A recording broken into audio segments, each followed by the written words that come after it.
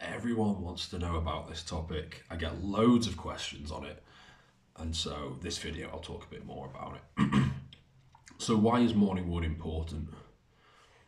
Well, if you don't have it and you've not had it in a long time, and you used to have it when you were much younger, so you know it's a really good sign of high test versus low test.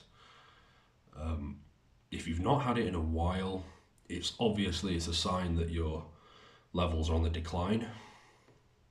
It's to be expected if you're in your 40s or 50s. It's not ideal, but it's kind of to be expected. When it's a real shock to guys is when they're in their late 20s, early 30s, and things have already declined so much from when they were teenagers that it's just blatantly obvious and they've not had it in years. Also, the problem is, a lot of you guys will know this statistic where once you're 30 and you go past that, the statistic is you lose testosterone at 1% per year. It's actually looking like it's actually a steeper drop off than that, more like 1.3%. So this problem gets worse. It's not going to get better. The average man does not increase his testosterone throughout his 30s and 40s. That takes some effort. The natural thing is you slowly start dying after age 25, but especially after age 30. So this is the thing. If it's already declined, it's going to start declining faster unless you do something about it. So, and it's a huge indicator of reproductive health. It's kind of important.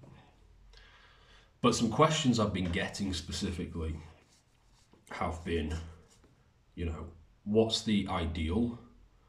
And every morning is the ideal, every day is the ideal, that's the dream. The next one is, what if I only have it occasionally? If it's occasional, it's not ideal, especially if there was alcohol the night before, or you had an unusually good night's sleep, and like once a week on the weekends, say, you sleep better than you do midweek. Midweek there's no morning wood. Maybe on a Sunday you finally have it, and it's because you relatively got more sleep. That's not a sign that testosterone's on the rise. It's just very, very temporary. So yeah, that's probably not going to be enough. Another question I get is the timing of it. So like 2 a.m. versus 6 a.m. I wouldn't overthink that. As long as you're getting it, that's the main thing. And then the next logical question is, how do you get this? Or how do you get it more often? More intensely as well, maybe. And that is all the testosterone information that I talk about. So on the website, tweets, emails, Instagram reels, shorts. It's a very big topic. I can't answer it in one video. Getting your test up to 800 plus. 2 to 3% of that being free. Estradiol within range, so 10 to 40 pgml, or 15 to 30 if you want to get really specific. DHT is a big one, 80 plus, 80 to 100. Get those 4 in range. Cortisol and chronic cortisol and stress as low as possible. Difficult to measure on a blood test, honestly, but that is a massive topic in and of itself.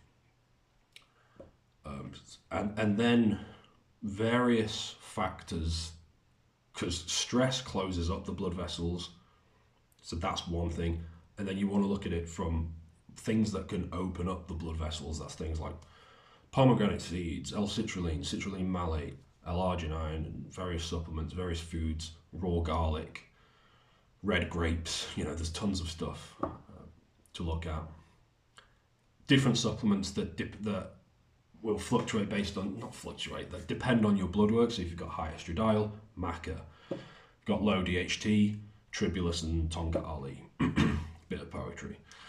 But yeah, it depends on your blood work. And they're the main factors. the new course goes into way more detail, obviously. I get the whiteboard out, talk about every single topic. Yeah, so that's linked below. You can pre-order it, massive discount. The discount isn't going to be there for much longer. Check it out. But as always, any questions, comment below or email me, thetestosteroneconsultant@gmail.com. I'll be glad to help.